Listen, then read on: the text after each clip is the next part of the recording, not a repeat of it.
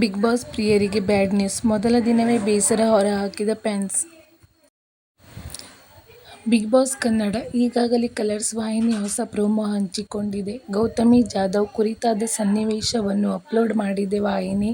ಇದೀಗ ವೀಕ್ಷಕರು ಎಪಿಸೋಡ್ಗಳಿಗಾಗಿ ಕುತೂಹಲದಿಂದ ಕಾಯುತ್ತಿದ್ದಾರೆ. ಬಿಗ್ ಬಾಸ್ ಕನ್ನಡ ಸೀಸನ್ 11 ಅದ್ದೂರಿಯಾಗಿ ಲಾಂಚ್ ಆಗಿದೆ. ಈಗಾಗಲೇ 17 ಸ್ಪರ್ಧಿಗಳು ದೊಡ್ಮನೆಗೆ ಕಾಲಿಟ್ಟಿದ್ದಾರೆ. ಮೆಚ್ಚಿನ ಸ್ಪರ್ಧಿಗಳ ಬಗ್ಗೆ ವೀಕ್ಷಕರು ಖುಷಿ ವ್ಯಕ್ತಪಡಿಸುತ್ತಿದ್ದಾರೆ. ಆದರೆ ಒಂದು ಸುದ್ದಿ ಮಾತ್ರ ಪ್ರೇಕ್ಷಕರಿಗೆ ಬೇಸರ ತರಿಸಿದೆ. ಬಿಗ್ ಬಾಸ್ ಕನ್ನಡ ಈ ಬಾರಿ ಕಲರ್ಸ್ ಕನ್ನಡ ಹಾಗೂ ಜಿಯೋ ಸಿನಿಮಾದಲ್ಲಿ ಪ್ರಸಾರ ಕಾಣುತ್ತಿದೆ. ಈ ಹಿಂದಿನ ಕೆಲವು ವರ್ಷ ಬಿಗ್ ಬಾಸ್ಗೆ 24 ಗಂಟೆ ಲೈವ್ ನೀಡಲಾಗುತ್ತಿತ್ತು.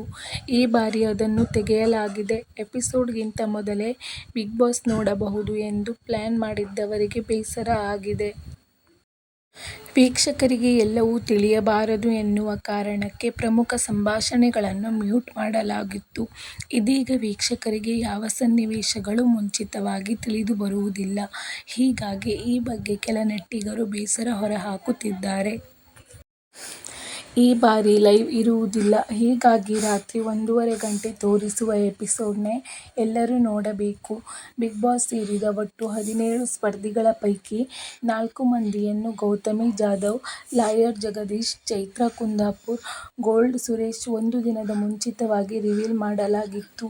ವೀಕ್ಷಕರ ವೋಟಿಂಗ್ ಆಧಾರದ ಮೇಲೆ ಲಾಯರ್ ಜಗದೀಶ್ ಮತ್ತು ಗೌತಮಿ ಜಾಧವ್ ಸ್ವರ್ಗಕ್ಕೆ ಹೋದರು. ಇನ್ನು ಚೈತ್ರಾ ಕುಂದಾಪುರ್ ಮತ್ತು ಗೋಲ್ಡ್ ಸುರೇಶ್ ನರಕಕ್ಕೆ ಹೋದರು. 17 ಜನರ ಪೈಕಿ 10 ಮಂದಿ ಸ್ವರ್ಗದಲ್ಲಿದ್ದರೆ 7 ಮಂದಿಗೆ ನರಕ ಪ್ರಾಪ್ತಿಯಾಗಿದೆ. ಭವ್ಯ ಗೌಡ, ಯಮುನಾ ಶ್ರೀನಿಧಿ, ಧನರಾಜ್ ಆಚಾರ್, ಗೌತಮಿ ಜಾಧವ್, ಅನುಷಾ ರೈ, ಧರ್ಮ ಕೀರ್ತಿರಾಜ್, ಲಾಯರ್ ಜಗದೀಶ್, ಶಿಶಿರ್ ಶಾಸ್ತ್ರಿ, ತ್ರಿವಿಕ್ರಮ್, ಹಂಸ, ತುಕಾಲಿ ಮಾನಸ, ಗೋಲ್ಡ್ ಸುರೇಶ್, ಐಶ್ವರ್ಯ ಸಿಂದೋಗಿ, ಚೈತ್ರಾ ಕುಂದಾಪುರ್, ಉಗ್ರಂ ಮಂಜು, ಮೋಕ್ಷಿತಾ ಪೈ, ರಂಜಿತ್ ಈ ಬಾರಿ ಎಂಟ್ರಿ ಕೊಟ್ಟಿದ್ದಾರೆ. ಈಗಾಗಲೇ ಕಲರ್ಸ್ ವಾಹಿನಿ ಹೊಸ ಪ್ರೋಮೋ ಹಂಚಿಕೊಂಡಿದೆ. ಗೌತಮಿ ಜಾಧವ್ ಕುರಿತಾದ ಸನ್ನಿವೇಶವನ್ನು ಅಪ್ಲೋಡ್ ಮಾಡಿದೆ ವಾಹಿನಿ.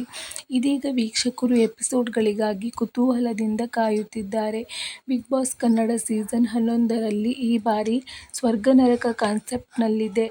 10 ಜನ ಸ್ವರ್ಗ ಹಾಗೂ 7 ಜನ ನರಕದಲ್ಲಿ ಇದ್ದಾರೆ.